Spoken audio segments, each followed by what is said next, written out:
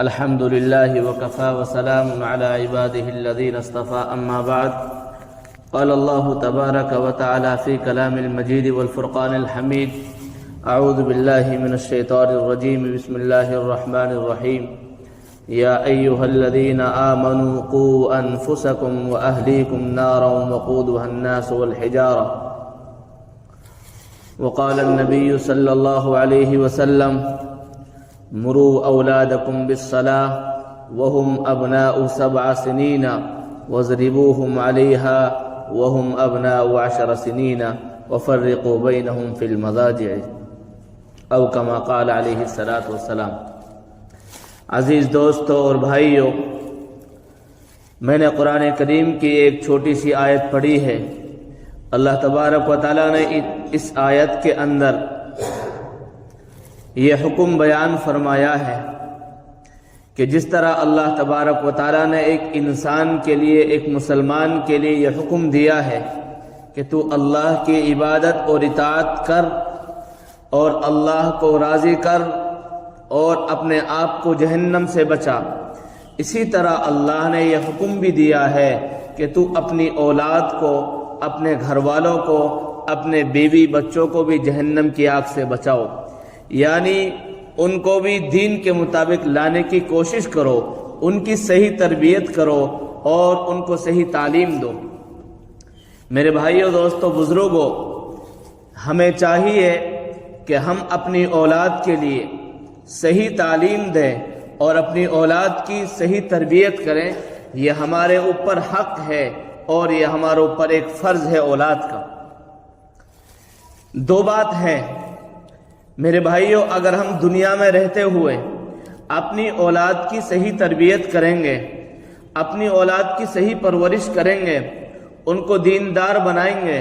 ان کو نیک صالح بنائیں گے، ان کو نماز کا پابند بنائیں گے، ان کو مساجد اور مکاتب اور مدرسوں سے جوڑیں گے، ان کو حافظ قرآن اور عالم دین بنائیں گے، ان کو اچھے انسان بنائیں گے، تو مرنے کے بعد بھی وہ اولاد ہمارے لیے باعث خیر، باعث ثواب اور نجات کا ذریعہ بنیں گے۔ ہم دنیا سے چلے جائیں گے،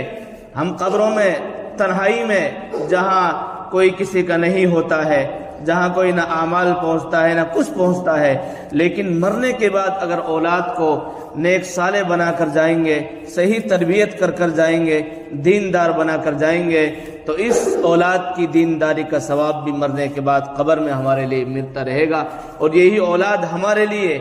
باعث نجات بن جائے گی، جہنم سے بچاؤ کا ذریعہ بنے گی اور جنت میں داخل ہونے کا سبب بنے گی۔ اور اگر دنیا میں رہتے ہوئے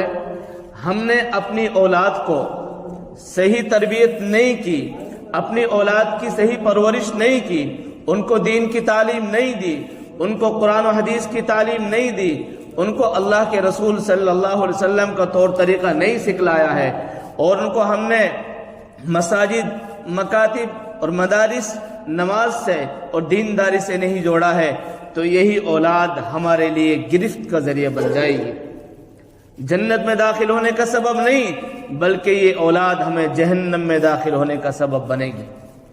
اس لیے کہ ہمارے اوپر ایک فرض ہے۔ اللہ نے فرمایا ہے یا ایھا الذین آمنوا قوا انفسکم، اے ایمان والو، اپنے آپ کو اور اپنے اہل و عیال کو، اپنی اولاد کو جہنم کی آگ سے بچانے کی کوشش کرو۔ میرے بھائیوں، جس طرح آج ہم اپنی اولاد کو دنیا کی طرف لے کر چل رہے ہیں اور ان کو دنیاوی تعلیم اور عصری تعلیم دے رہے ہیں، اس سے کہیں زیادہ حق ہے کہ ہم اپنی اولاد کو اول مرحلے میں، پہلے مرحلے میں دیندار بنائیں،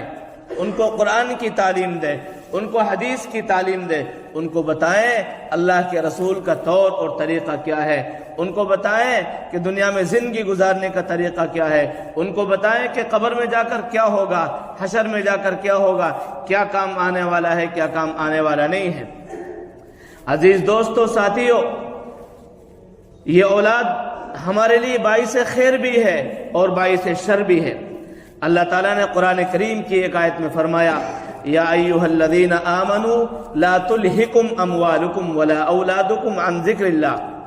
اے ایمان والو کہ تم اولاد کے چکر میں آ کر کہیں یہ اولاد تمہیں اللہ کے ذکر سے غافل نہ کر دے،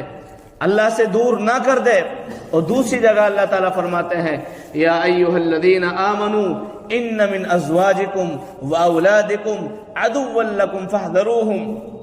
فرمایا اللہ تعالیٰ نے کہ تمہاری اولاد میں سے، تمہاری بیویوں میں سے بعض وہ ہے جو تمہارے دشمن ہیں۔ کن کو فرمایا؟ اولاد کو فرمایا، بیویوں کو فرمایا کہ یہ تمہارے دشمن ہیں۔ کس اعتبار سے دشمن ہے؟ دشمن اس اعتبار سے ہے کہیں یہ تمہیں دین سے نہ روک دیں، کہیں یہ تمہیں جنت والے راستے سے نہ روک دیں، کہیں یہ تمہیں شر کی طرف نہ لے جائیں۔ کیونکہ یہ آیت جو نازل ہوئی ہے مکہ کے اندر، جب مسلمانوں نے، صحابہ نے مدینہ کی طرف ہجرت کی تو کچھ مسلمان تھے کہ جنہوں نے یہ ارادہ کیا کہ ہم مکہ سے مدینہ کی طرف ہجرت کریں۔ اکثر صحابہ ہجرت کر چکے ہیں، تو ان کی اولاد کہنے لگی کہ ہمارا تمہارے بغیر گزارا نہیں ہے، ہمارا دل نہیں لگے گا، ہم پریشان ہو جائیں گے اور ہم بالکل کمزور ہو جائیں گے، ہمارا پرسان حال نہیں رہے گا، ہم تمہارے بغیر کیسے زندگی گزاریں گے۔ تو انہوں نے اپنی اولاد کی وجہ سے ہجرت کو منقطع کر دیا۔ لیکن جب کافی دن بعد ہجرت کی انہوں نے مدینہ کی طرف، تو دیکھا کہ جنہوں نے پہلے ہجرت کی تھی مدینہ کی طرف، وہ لوگ دین میں زیادہ بڑھ گئے ہیں، وہ لوگ دینداری میں زیادہ ہو چکے ہیں۔ تو انہوں نے پھر فرمایا کہ ہم اپنی اولاد کو سزا دیں گے، اپنی اولاد سے خرچ روکیں گے۔ تو یہ آیت نازل ہوئی کہ آئندہ خیال رکھنا کہ اپنی اولاد کی چکر میں آ کر کہیں تم اپنے آپ کو دین سے نہ روک لینا، کہیں اپنے آپ کو تم جہالت کی طرف نہ لے جانا۔ تو میرے بھائیوں، ہمیں چاہیے کہ ہم اپنی اولاد کے حقوق بھی ادا کریں اور اپنی اولاد کی صحیح تربیت کریں۔ میں نے ایک واقعہ پہلے بھی بیان کیا تھا کہ حضرت عمر رضی اللہ تعالیٰ عنہ کے دور کے اندر ایک آدمی آیا، حضرت عمر کے دور میں ایک آدمی آیا ان کے دربار میں اور ان سے فرمایا، اے عمر، اے مسلمانوں کے امیر اور بادشاہ، کہ میرا فلاں بیٹا ہے اور مجھ پر ظلم کرتا ہے، مجھے پریشان کرتا ہے، میری بات نہیں مانتا، میری نافرمانی کرتا ہے۔ تو تعالیٰ عنہ نے اس کے بیٹے کو بلوایا اور ان سے فرمایا، بھئی یہ کون ہے، اس کو پہچانتے ہو؟ جی میں پہچانتا ہوں، یہ میرا باپ ہے۔ فرمایا تم ان کو کیوں پریشان کرتے ہو، کیوں ان کی نافرمانی کرتے ہو، اپنے باپ کی بات کیوں نہیں مانتے ہو؟ تو انہوں نے فرمایا، حضرت میرا ایک سوال ہے، آپ یہ بتائیے کیا اولاد کے ذمے ماں باپ کے ہی حقوق ہیں یا ماں باپ پر بھی اولاد کے حقوق ہیں؟ فرمایا حقوق دونوں طرف سے ہیں، جس طرح اولاد پر ماں باپ کے حق، اسی طرح ماں باپ پر اولاد کے حق ہے۔ جی ماں باپ پر اولاد کے حق کیا ہے، آپ وہ بیان فرما دیجئے۔ حضرت عمر رضی اللہ تعالیٰ عنہ نے 3 حقوق بیان فرمائے۔ فرمایا ماں باپ پر اولاد کا پہلا حق یہ ہے کہ جب بھی ماں باپ اپنے نکاح کرنے کا انتظام فرمائے، رشتہ کرنے کا ارادہ کریں، تو سب سے اول مرحلے میں نیک صالح دیندار عورت تلاش کریں۔ کیسی عورت؟ دیندار عورت تلاش کریں، جس کو اللہ کے رسول نے دوسری حدیث میں فرمایا، تنکح المرأۃ لأربع، کہ آدمی جب نکاح کرتا ہے تو 4 وجوہات کی وجہ سے کرتا ہے۔ کسی عورت سے شادی کرنی ہے تو اس کی 4 وجہ ہوتی ہے۔ نمبر 1 اس کے مال کی وجہ سے، کہ بڑے مالدار عورت ہے، اس کے پاس مال زیادہ ہے، زمین و جائیداد زیادہ ہے، اس کے مالداری کی وجہ سے شادی کرتے ہیں۔ نمبر 2 لحسبھا، اس کے حسب اور نسب کی وجہ سے، کہ بڑے خاندان کی عورت ہے، یہ تو سرپنچ کی لڑکی ہے، امیلا کی لڑکی ہے، یہ تو منتری کی لڑکی ہے،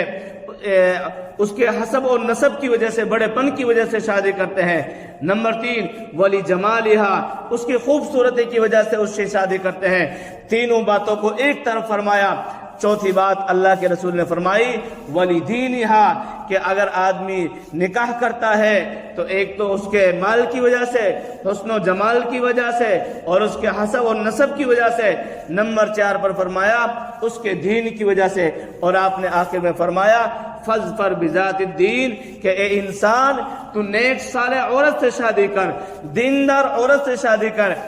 ہم بیاہ اور شادی کرتے ہیں، بھئی کیسا انسان ہے، مالدار ہے، اچھے گھرانہ کا ہے، کیسے مکان بنے ہوئے ہیں، کتنی زمین ہے، اور اس کا باپ کیا کرتا ہے، کیا بزنس ہے، لیکن ہم میں سے کوئی اس کو تلاش نہیں کرتا